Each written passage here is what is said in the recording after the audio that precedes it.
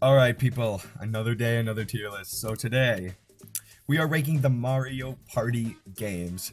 Now, if you've seen my channel, a lot, and I mean a lot of my content has been Mario Party games. I haven't played every Mario Party on here on the channel, but I've played every Mario Party here except Mario Party E, but I've seen stuff, so I'll give a kind of opinion on it, but that one, I wouldn't give my definitive opinion, but I played all of these a bunch. I have a lot of memories with some of these, a few, but in general, I still have enough knowledge of each, and I've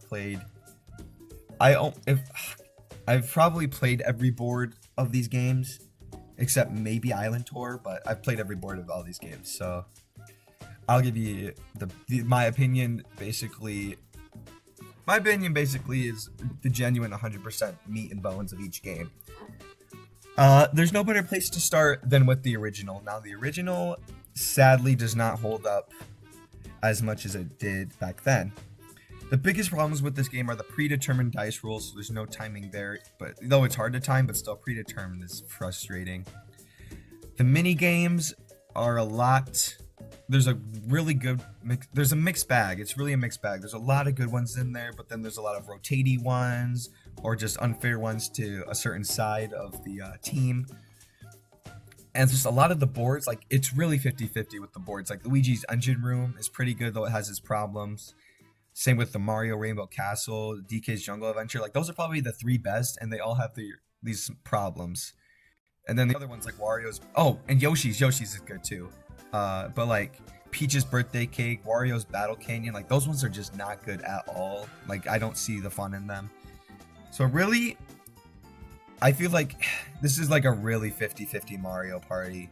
Like, I could see there being so many like fun experiences with this one, and then so many just awful, I don't want to play this anymore experiences. So really, I think it goes right in the middle. Now, Mario Party 2, it is funny how you can go from one game to the next and just absolutely blow it out of the park. The boards, like, there's probably a few little things in each board, but other than that, each board is so fun to play, very well designed. The mini games are so much better. There's a lot more balance in all of them, and there's no rotating stick ones. While the character roster is the same, you still get costumes this time, which is absolutely awesome.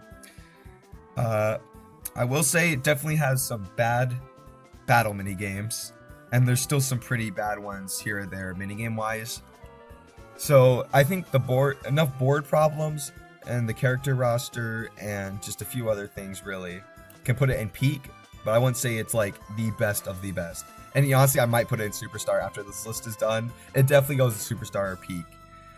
I haven't even brought up to the other ones though, like the side modes. Like, I've been forgetting that though. The side modes, both of these have minigame island, which honestly that is pretty peak, which I think also bumps Mario Party from not being lower and 2 from, you know what, yeah, 2 in Superstar. Because, yeah, it doesn't have as much minigame side modes, but minigame island is just so good. It's such a good one-player experience. And honestly, Mario Party, I think, can also be amazing. Like, I feel like if you can do it with one by yourself or with 2 to 4 players, it'd still be a good time no matter what. 3 was one I honestly thought was pretty bad for a while, but I started replaying it on my channel, and I've absolutely fallen in love with it. The boards are honestly really good. They all have... Like, here's my biggest thing is I'm not really a gimmick person for Mario Party. Like, I like the same star format, but I like board gimmicks. How about that? That's a good way to put it. And this one has good, fun board gimmicks for each one that I feel is unique without being too annoying. And we get our first introduction to Waluigi and Daisy in the Mario Party cast. This one definitely gets a nice bump for having those characters. We do lose Minigame Island, but we do get a story mode campaign. So, while not as good as Minigame Island, still a great substitute, I'd say. And there's still, like, the 1v1 party mode. There's still a good selection of minigames, though I wouldn't say they're as memorable as 2's. So, really, I think I'll put it in peak. It's definitely, though, it's still a great choice no matter what. Like, if you're picking N64, you could really choose between either one of these. Mario Party 4, this one, you can definitely tell it feels the most like Mario Party 3 going to the GameCube. It feels like they were testing the waters with how powerful the GameCube was before they really got experimental, as you'll see with 5, 6, and 7. though it is still not bad. It really has, it has some of the best mini games. Like we got Book Squirm, Dungeon Duos, but like it also has some really bad ones. Like I can't remember the name, but it's the one where like you're in the cave and you have to work with your teammate to get through. That one controls awfully. And like it really doesn't have as much memorable stuff. The boards all have the samey look to them, which I guess is kind of how it was trying to go with the story, but in execution it kind of gets annoying when everything kind of just feels like you're in a square and all the roads feel the same. Like it doesn't have as much charm. And it's the same roster from 3, kind of the 2 thing, but I mean still not a bad choice. But and the item selection, I haven't talked about item selection with any of these. Mario Party, if I'm correct, doesn't have items. 2, now that I remember it, 2 only lets you hold 1 item at a time, and you can't get rid of skeleton keys, which is a huge downside for any gameplay. But I don't think it's enough to tear down from Superstar. Peak 3 was the first time though you could hold 3 items, and 3 has such a fun selection, which also kind of is a bummer for 4, because 4 kind of takes it downhill when it comes to items. It does not take the steam it had from 3. It kind of degrades a lot. It just turns to a lot of mega and mini mushrooms, and then some fun items here and there. I don't know if I'd put it in peak. I think I'd just put it in amazing, really. It's not as fun of an experience as 3. And like it has some of the best mini games, but it also like has a lot of forgettable and some of the worst, really. 5 is so good. I don't care what people say.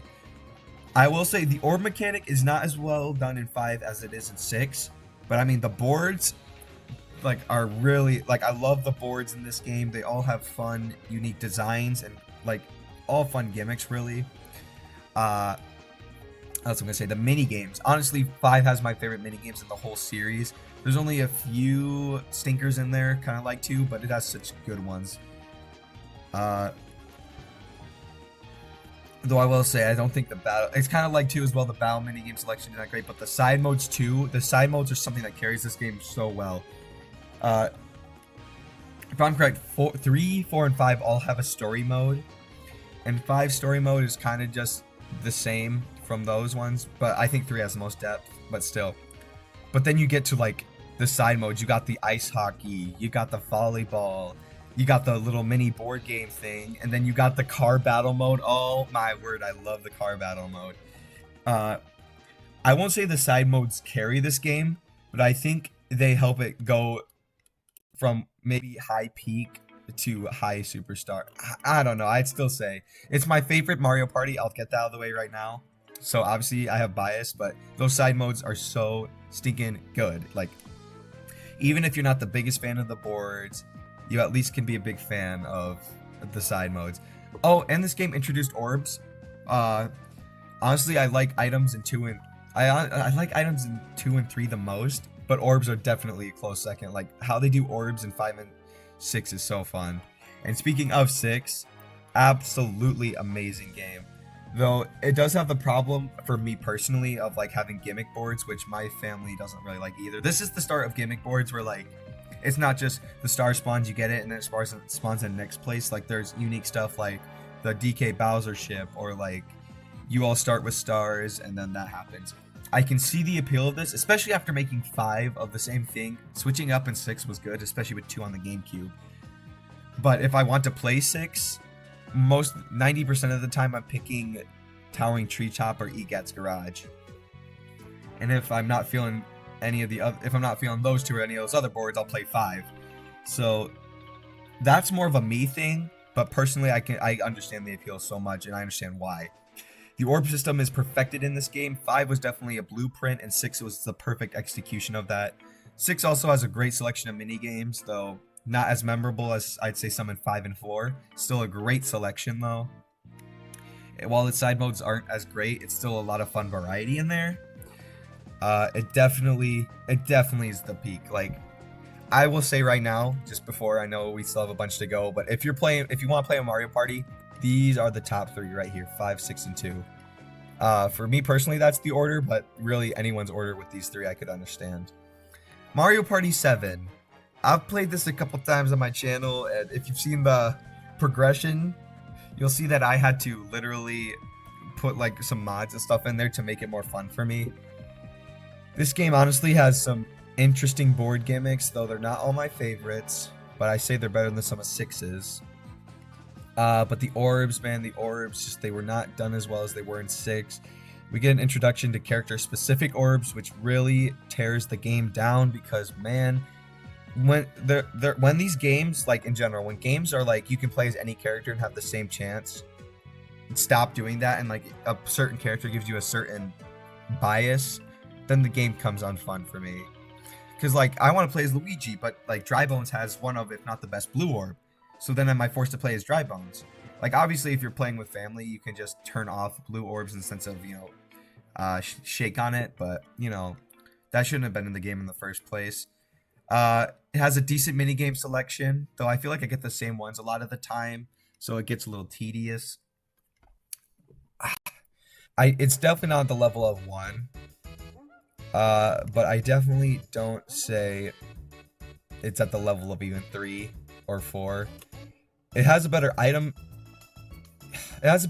selection than 4, but it's brought down by the blue orbs and the Bowser time, and like I don't think it has as many like holding to be the best as like 4 does.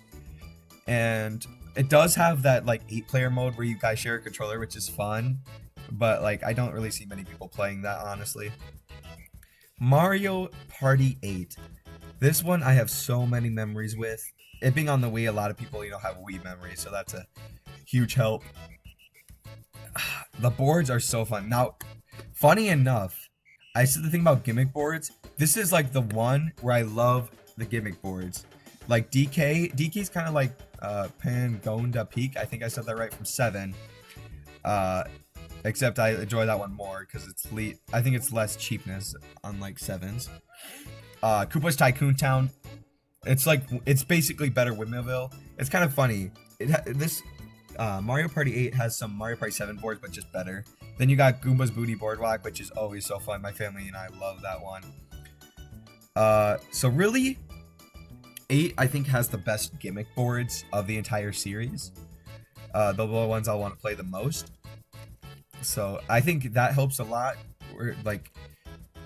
The boards being less standard and more gimmicky actually work. The problem is the motion controls, which is so annoying. But there's just so many games that require motion controls, and it takes you right out of it. It's way less fun. The design of the game's appealing. The items are pretty good. I'd say they're more at 4 level. Or maybe even like 2 level, but still, they're just not as awesome as like 3, 5, and 6's are, but still a decent minigame selection, some great boards. I really think I can put it in amazing. It's still a good time no matter what. It's just the motion controls and the kind of lamer items are really what bring this down to be peak. Mario Party 9. This is the start when Mario Party on consoles really started taking a hit, because we went back to the car, and I really say we haven't really got up to the levels of Mario Party 2, 3, 5. We haven't really gotten up to this level since, even with Superstars. I say we haven't got up there yet. The design of the game still is appealing. I love the models, and I just love the animations for the characters. Like, that's still a lot of it.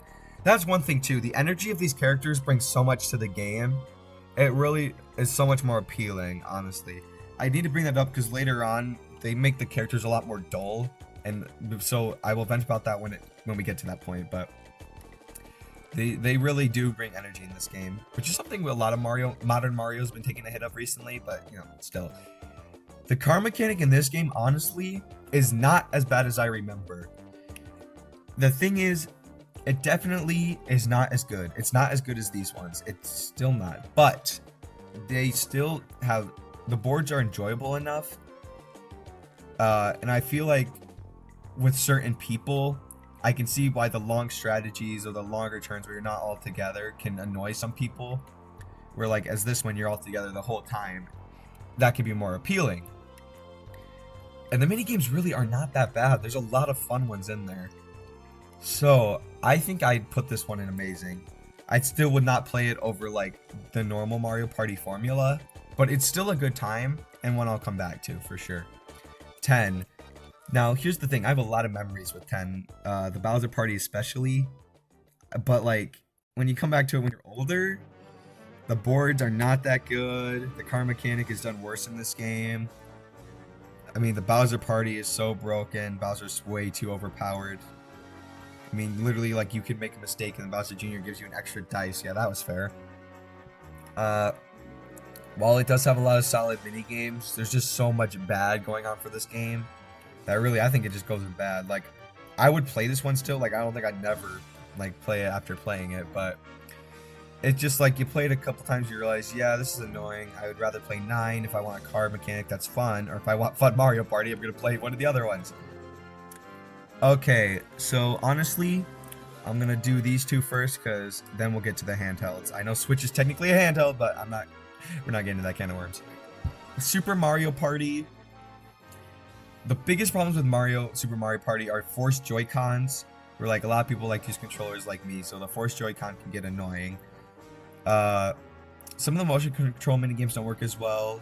The boards are way too small, and once again, like I said with Mario Party 7, characters being better than others, so then you have to pick the character based on the skill rather than I want to play as this character, especially with the how many characters you get to choose from. Such a downgrade. Really, and when I play this game, I really only want to play Thwomp's Ruins because it's the least gimmicky board. So it goes back into like I don't want to play the gimmick boards. Especially with Superstars on the Switch, I don't know why anyone would buy Super Mario Party at this point. Unless you're like me, that's a collector, or you just want to try it once or twice, it's not worth it. It's a good game because like it brings Mario Party back to its original form, but you could just tell that they still don't understand what made these so good. Mario Party Superstars, man, oh man, what a great idea executed so poorly. Now, will I still play this a lot? Yes, because it's classic Mario Party on the Switch, but what is the poorly execution? For one, a lot of that energy I was talking about, the characters are so drained, and for one, like every time they do an action at all, they have to make a noise, which gets so annoying.